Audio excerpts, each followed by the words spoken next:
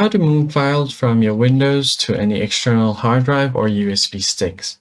So the first thing you're going to have to do is insert your USB stick to your computer. So I'll just go ahead and insert my pen drive here. And once you've done that, it should open up something like this.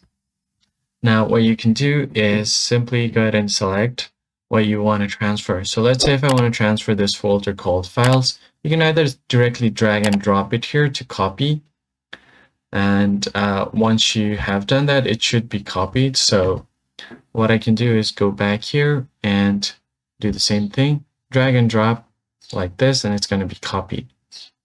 What you can also do is right click on the file, then go to show more option, go to send to, and then send this to your USB drive. And it's going to directly copy it here.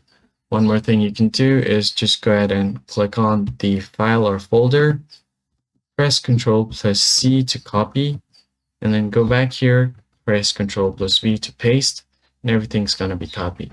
So that's basically it, guys. I hope this tutorial was helpful to you, and I'll catch you guys on the next one. Thanks for watching.